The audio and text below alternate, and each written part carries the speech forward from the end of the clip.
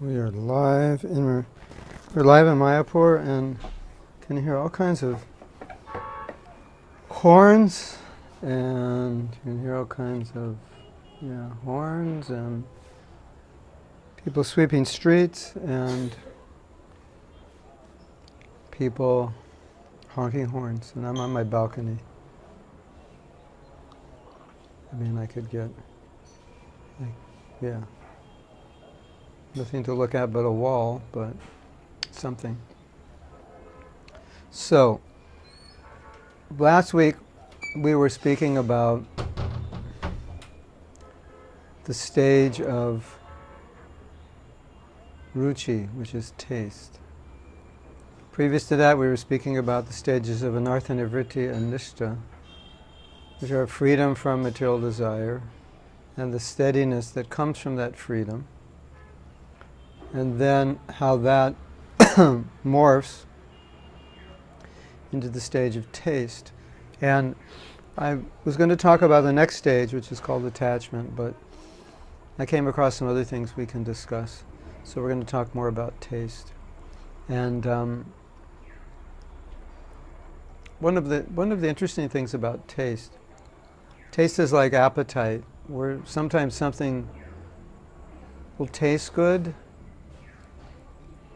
when you're hungry, but it won't taste good when you're not hungry. I have to put in the title, excuse me.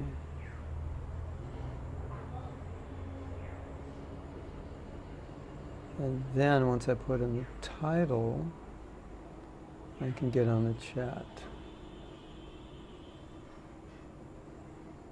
In theory. Of course, sometimes I neglect you when you're on chat. But anyway, Hare Krishna, Christina. Sometimes I neglect you when there's a lot of people here, but right now, I invited some devotees to come, but right now there's nobody here. So, the best way, or one of the ways that I can describe taste, is this analogy of eating. Something maybe you didn't like, but when you're really hungry, it tastes good. So what happens is you advance in Krishna consciousness, the way you're able to understand and experience something becomes much different as you advance, and what was not maybe so attractive or even attractive at all becomes more relishable, more tasty, sweeter. And you get much more out of it, you get much more moved by it. Of course, good example would just be japa, is that the more you're advanced, the more it has an impact on you, and the more you benefit from it, the more you experience, more deeply you experience the effects of chanting. So it's the same chanting, but as you advance, you experience it more deeply. So when you understand the stage of Ruchi, you see that on that stage, you're experiencing the same activity. Your activities aren't changing, doing the same thing, but your experience of it is different. Your understanding is different. Just like sometimes you understand something today that you didn't understand a year ago, or you understand it more deeply. And then you think, I thought I understood that, but now I realize I don't understand it. Now I understand it better. Right? And you'll be saying that all your life. But all your devotional service that you're doing, it's clearing the way out so that in the future you'll understand more and you'll have more experience. So when you come to the stage of Ruchi, there's not much in the way in terms of material desire. And so everything in Krishna consciousness, it goes in more deeply.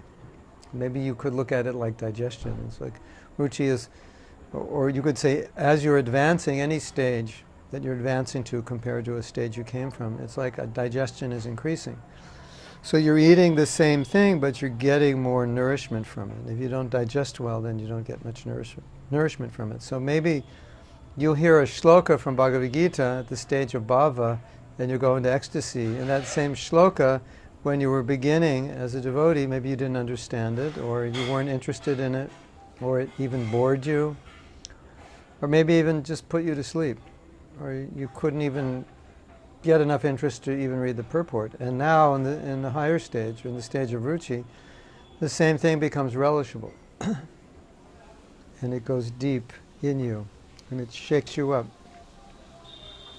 So what happens is that you read something, I read something, she reads something, we're all reading the same thing, but according to our advancement, it's having a different effect on us.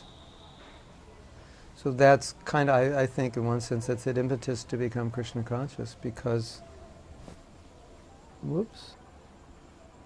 an impetus to become Krishna conscious is that the more you advance, the more you're affected by all the devotional activities, the more you're moved by them, the more deeply you understand them. So it's kind of like, it compounds like interest when you have an investment, and then you make some money on the investment, but you leave the money in there, then that compounds. So your advancement compounds, so that the more you advance, the more you advance. Because the more you advance, the more you have taste, right? The more you advance, the more you understand Krishna consciousness. The more you understand, the more you advance. The more you advance, the more you understand. So it's like compound interest. It keeps... You understand what I'm saying? It's like, let's say you know how to do yoga really well, right? So that means you're going to get more benefit from your yoga than someone who doesn't know how to do it well. And as you get better at it, you get more benefit, because when you do the same exercise, you know how to do it better. Right? Does that make sense? The more you're advanced, the more you benefit from being advanced, because the more impact Krishna consciousness makes on you. So in the beginning you chant your rounds and you don't feel much. Later on you chant your rounds, you feel a lot. It's the same things going on, but you're being impressed by it more because you're more advanced. You're more susceptible to it.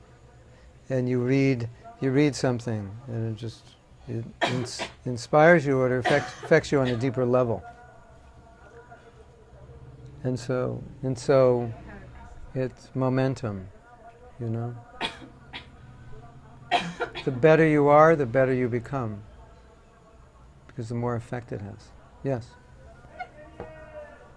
Now how can one realize, like, if he's advanced or not? Because as soon as one thinks that he's advanced, it's not. This is just relative to your past.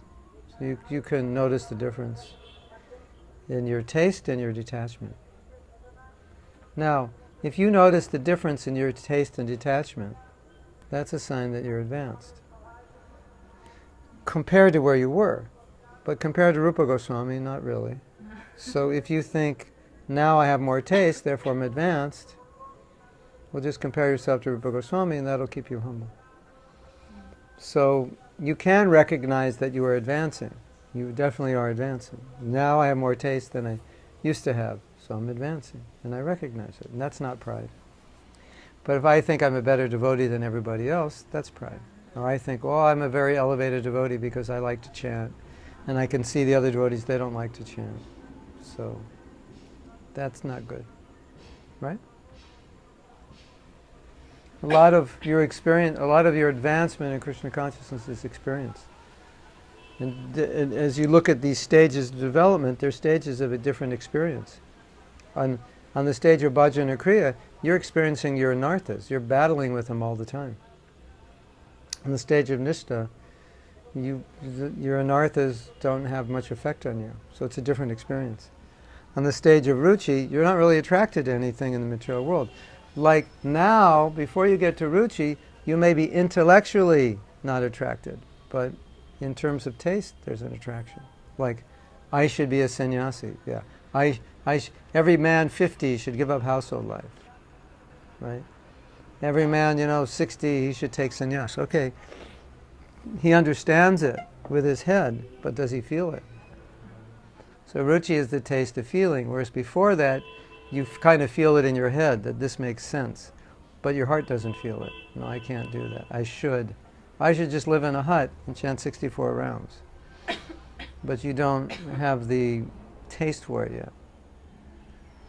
So as you're advancing, you're feeling differently.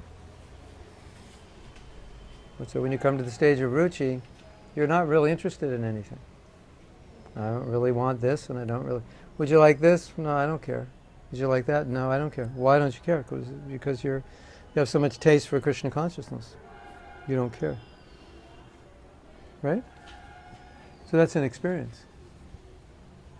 Then you'll experience it. No question.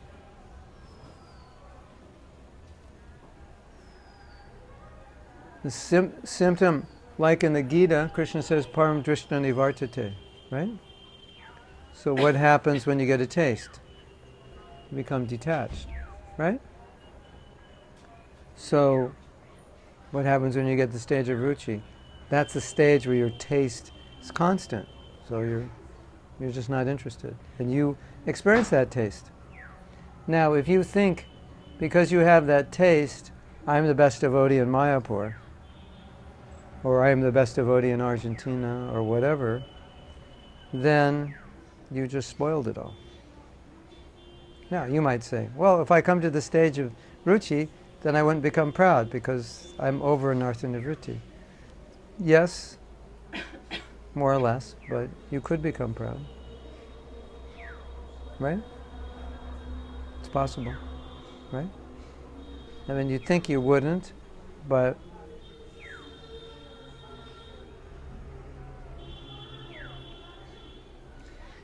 if you're advancing, you should think, I'm fortunate. By Krishna's mercy, by the mercy of my Guru, by the mercy of Prabhupada, by the mercy of the Vaishnavas, I'm advancing. That's how you remain humble. You can recognize that you're advancing. You can recognize, now I'm not as interested in A, B, and C as I used to be. So I recognize that. But how did I get there? It's just mercy of the holy name of the devotees. Then you remain humble. But when you think you're the doer, no, I did it, then you become proud. By my strength, by my intelligence, by my abilities, sensitivities, devotion, and everything, I've lifted myself to this platform, then you become proud. Because it's Krishna who lifted you there. You made the effort, no doubt, but Krishna was the one who ultimately lifted you. By his mercy, the mercy of Prabhupada's books, the mercy of so many devotees, mercy of the holy name. You couldn't lift yourself without it. So to become proud is kind of madness because it's like a machine that's strapped around you and that it lifts you up a mountain, and then you think, well, just see, I'm on the top of the mountain. Aren't I great? Well, you didn't climb the mountain. The machine took you up there. So everything that we're doing is taking us up. Right? So you're doing it, that's good. You got the straps on you. There's an example, I was reading in Shastra, but I've given this example before because this example dawned on me. And the idea of mercy, mercy is a rope that's thrown to a person in the well. Right? And he can't get out without the rope, but he has to hold on to it. Right? But on his own, without that rope, no matter what he does, he can't get out of the well. There's no stairs, there's no ladder. So he has to make an effort to hold on to the rope. That much he has to do, but once he does, he gets pulled up. So he's not pulling himself out, he's just holding onto the rope. So you're holding onto the holy name, you're holding on to the lotus feet of all the Vaishnavas, you're holding on to Prabhupada's books and your service, and by holding on, it picks you up. And so as long as you understand that, you don't become proud. But when you think you don't connect that mercy that's pulling you up, then you have a problem. Then you become proud. You understand? Yeah, simple, right? So if you're in this consciousness, you'll never become proud. Because whenever you do anything praiseworthy, or whenever you're being praised, it will just reinforce the idea that is only happening by Krishna's mercy, because of my own qualification, I can't achieve this position. And if I don't have Krishna's mercy, I'm just an ordinary person.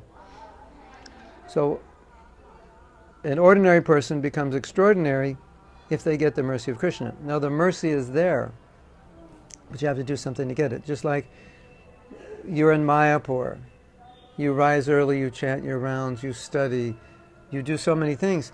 You get mercy by doing that. If you didn't do those things, any one of those things you take out, your spiritual life would be different, right? You get up at 6 instead of 4. You live in Buenos Aires instead of Mayapur. You chant your rounds you start your rounds at 8 o'clock at night instead of 5 in the morning. You read 1 page a day instead of 50 pages a day. How you change those things, you're changing the effects of the mercy and the influence that's on you, and you'll feel the difference. And so because you feel the difference, then you can understand it's not you. It's just like we had the class the other night on Damodar, and so we're discussing the intimate feelings that Krishna has in his heart and like that. And that's all the mercy of the acharyas, that they allow us to understand that, as otherwise, how would you understand that? You never would. But they write it, they give it to us because we're so fallen, it's not possible we understand it. So now, by their mercy, we understand it and think, oh, I understand Krishna's mood, I understand his heart, I understand all these philosophical points. But who am I? I'm just an ordinary person. But it's their mercy, you know. I can speak something because I've heard from Prabhupada, I've heard from the acharyas. It's only their mercy that we can speak, that I could understand these things. And Krishna is giving me some intelligence because I want to advance. So that proves that's not us, it's just what we're being fed. You know, I have all these herbs and what do they call it? Superfoods, hemp, spirulina, barley grass, this and that. And I'm like, I'm in my 60s, but I did Govardhan Prikrama twice, Some people in their 40s are tired, and I'm just going on, say, oh, you're so healthy. No, it's the mercy of the hemp and the barley grass and the wheat grass and right. So because I take it, now I'm strong. And the moringa and the Brazil nuts, very good. Take Brazil nuts every day. Moringa is like high. Moringa is from the drumstick, the tree where the drumstick grows. Anything you take from that tree, the leaf or the bark or anything, and you grind it up, it's one of the most nutritious trees, plants, leaves on the earth. Yeah. So now you say, oh, you look so young. Yeah, why? Was I take all these things? You look so strong and healthy. Why? Was I take all these things? So the devotional service is like all these superfoods. Now we're getting, all superfoods, all these amazing classes and amazing books, all superfoods. And so we read them and, we think we're having all kinds of realization, but it's actually the realization of the person who wrote it. And we're just, we're there. We're getting to hear it. Now, it goes back to the other point I made, that as you advance, then what you're getting to hear, you'll understand more. So like, I can talk about things now. In 10 years, you'll listen to them and you'll say, when you talked about that, now I realize I didn't understand what you were saying. But you understood it, but I didn't, because you've thought about these things and you've gone deeper into them. I couldn't at that point. At that point, I was just thinking about this and that and worried about this and that. And I hadn't studied all these books and I didn't know about this and that. So that's how it works. So that's the payoff. Ruchi is the payoff. And with Ruchi comes so many realizations. So, is that okay? So I wanted to read something. I was reading this morning. And it sheds some more light. Shed some more light on the stage of Ruchi.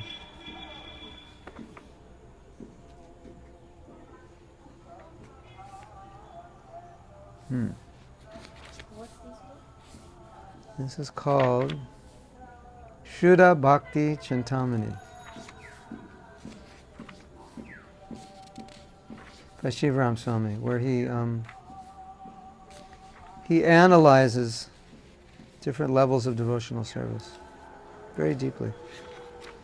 And I was reading from the Madhurya Kadambini because Vishwanath Chakravarti Thakur, he outlines the stages that come to love, and this original topic was love, and then I thought, I had spoken about love, so basically we started with prema, then I went back, I said, well, let's talk about anartha and nivritti and then nishta, and then let's talk about the stages that lead to love. So we've kind of gone in a circle, and then I just became aware of this. So he goes back. This is a chapter that discusses taste, and it also discusses nishta, which is the stage before taste, which is steady devotion. So,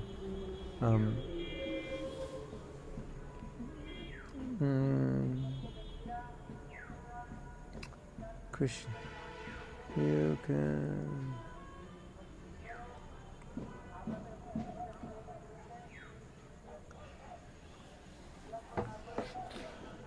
So, when we were discussing steady devotional service, nishta, in Vrindavan, we were discussing, there's a verse in the Bhagavatam, it says, when you get out of the modes of passion and ignorance and you come to goodness, then you become steady.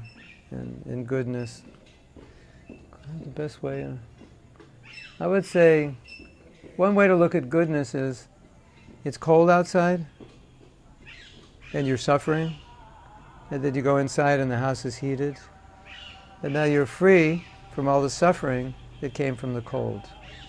So tamas is like severe cold. It's so cold you go crazy. Rajas is, it's so cold it makes you want to run and get inside. It's passion. But once you get inside, you calm down. So the influence of the modes of nature affect us. So once you get out of passion and ignorance inside the house, all your experiences of being outside, freezing and cold and going crazy and running to get home, you don't have those symptoms because those influences are no longer there. So, we're all aware of the influence of the environment and the influence that people have on us, right? You get around someone who's very Krishna conscious, has amazing influence. You get around the environment in a temple or holy dham, it's very powerful. You get around the environment in a big city, working in an office, it's a different environment. So the modes of nature are really environments, and then those environments affect us. Or you could say the mode of ignorance is like going into a refrigerator or a freezer. The mode of passion is like going into a house with no heating, and then goodness is like a house with heating. And so once you're there, the effects of that cold, they subside. So when you first get in there, you still feel cold, but it's not coming at you, you're just recovering. So when you get to goodness, you can feel some residual effects of the modes of passion and ignorance. And goodness means there may still be some influence, but it doesn't really affect you. It doesn't really bother you. So he says, in this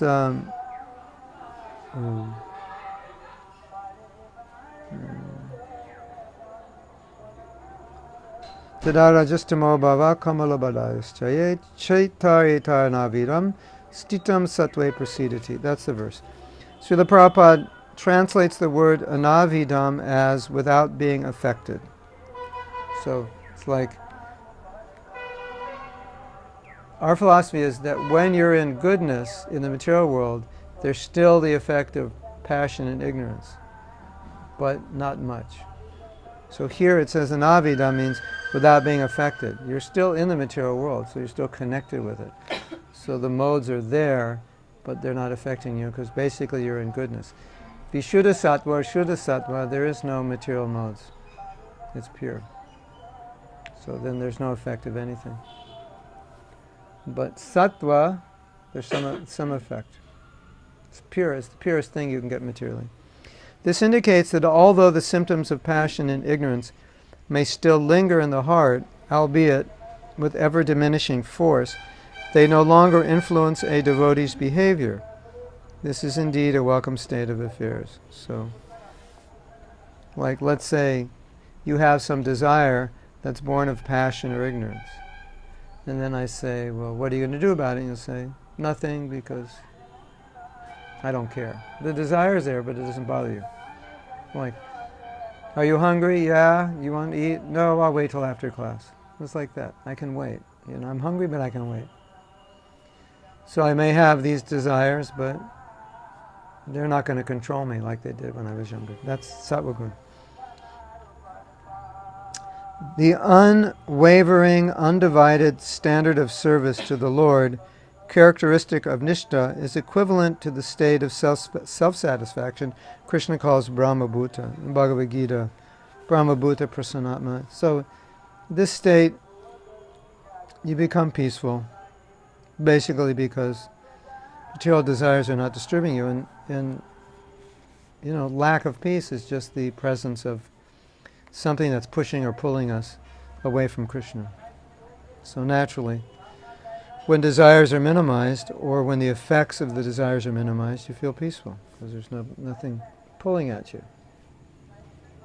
Otherwise, you have to go to the top of a mountain and say, now I feel peaceful. You're away from everything. Right? But when you're Krishna conscious, it's kind of like that. It's kind of like you're away from everything even though you're there.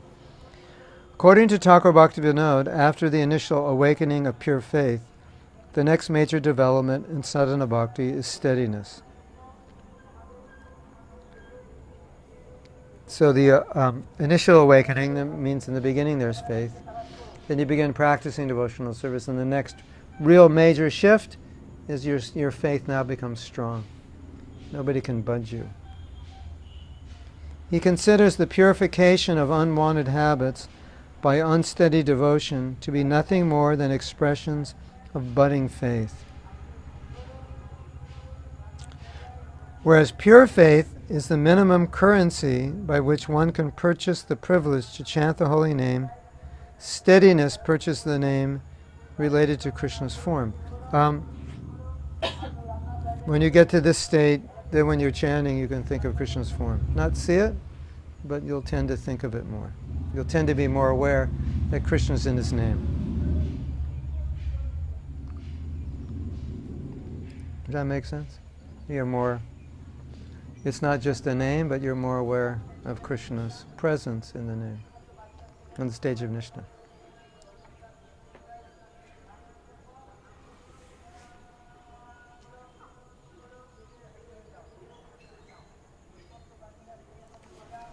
Looks like they're having problems.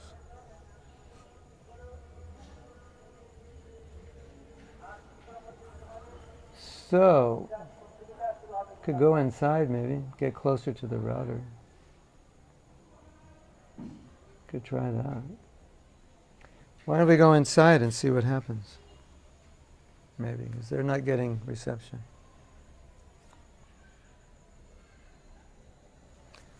Let's try inside. Somehow, the router is not that powerful. So,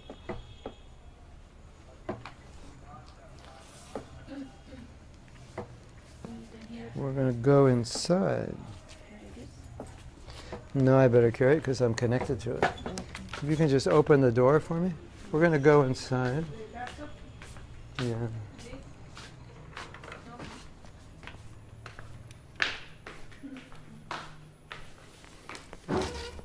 Okay, we just went inside. I'm closer to the router, so hopefully this is better. If it's not, then it's a problem with the internet. That is just too slow. The internet has been slow lately. A little bit. Anyway, let's see if this is better.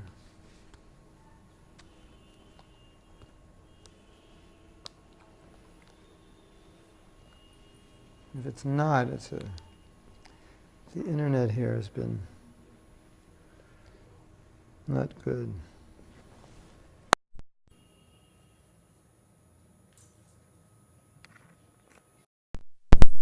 They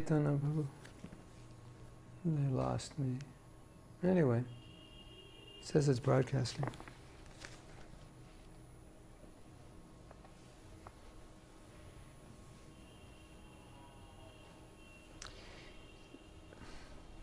Even then, the unruly mind occasionally diverts their attention from Krishna to mundane things. Such distractions come unannounced and leave devotees perplexed about how and when they took place.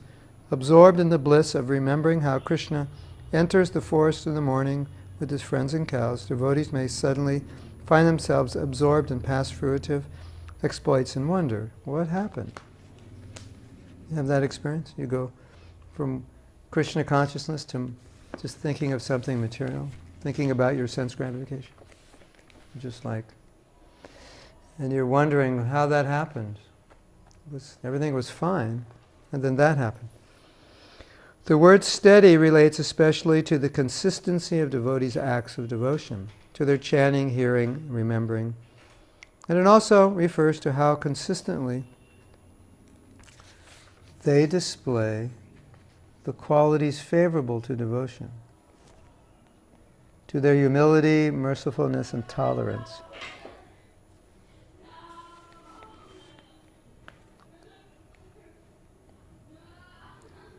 If you chant and hear, then remembrance will automatically come. From such teachings, we can deduce that steadiness appears first in service with the body, then in one's words, and finally in the mind. So there's different stages of steadiness. Body, words, and mind. Steadiness in words means you'd always talk about Krishna. Steadiness in body means you wouldn't be engaged in sense gratification, always in service. And steadiness of mind, of course, more remembrance. Daily experience bears out that devotees may be steady in service, like book distribution or deity worship, yet gossip during japa, or doze during Bhagavatam class. In such cases, physical steadiness appears to be easiest to achieve. And many devotees capable of sitting apparently focused in japa or dancing in kirtan will readily admit that their minds often wander. In other words, their bodies are doing it, but their minds aren't. Therefore, steadiness in controlling the mind is most elusive. The conclusion is consistent with Krishna's metaphysical analysis of the relationship between the senses and the mind. He states, the mind is superior to the working senses. It follows logically that the more subtle the covering over the soul, the more difficult it is to regulate. In the end, all acharyas agree that steadiness becomes complete when all three, body, words, and mind, are fixed in spiritual functions. If the mind ultimately isn't fixed, it's going to take away the body and the senses. But you see that being steady in devotion is much easier than being steady in the mind. Because you have to do something. And what you're doing in devotion is basically the same thing you'd do if you weren't a devotee. You're just doing it for Krishna. So clicking the mind in means the heart has to be there. Right? So, some devotees are humble. Oh, this is nice. Control of the gross and subtle senses is the primary characteristic of steady devotional service.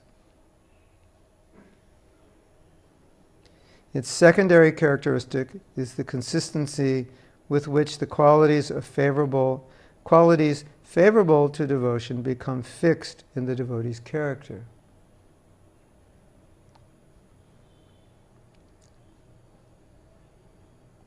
So, external body, primary, and then the qualities, secondary. Are you becoming humble, tolerant, peaceful, clean, so forth?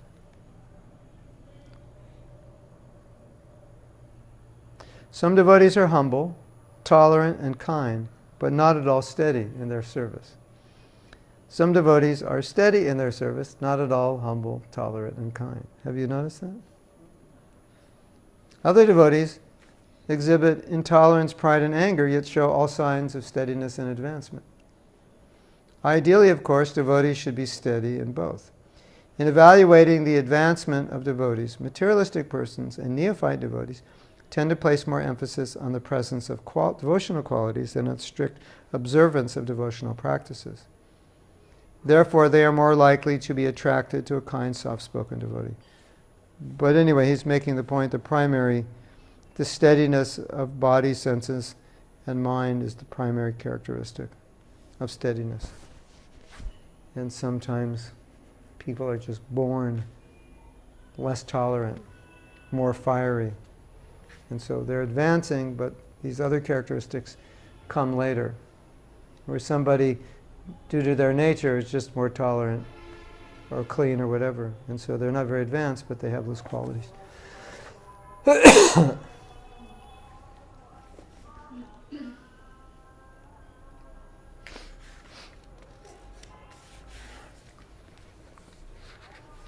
This is also interesting to me. What I find interesting about this is that our Shastra says that when Yashasti Bhaktir Bhagavata Kinchana, if you have devotion, Tatra Sarva, you have all the gunas, Sarva Guna of the demigods, Samasate Sura. And if you don't have devotion, you won't have any good qualities, right? And so it doesn't always seem that way. You see, advanced devotees don't seem to have always good qualities. Even sometimes you see non-devotees may seem to have certain qualities that are better than an advanced devotee. And then we become confused, right? So it takes a deeper understanding of Shastra to understand what is meant. But here's one explanation, that those qualities may come later because of a person's past samskars. So it may take time to develop. So what the Shastra says and what you see may sometimes be different. And sometimes you'll see a person who's not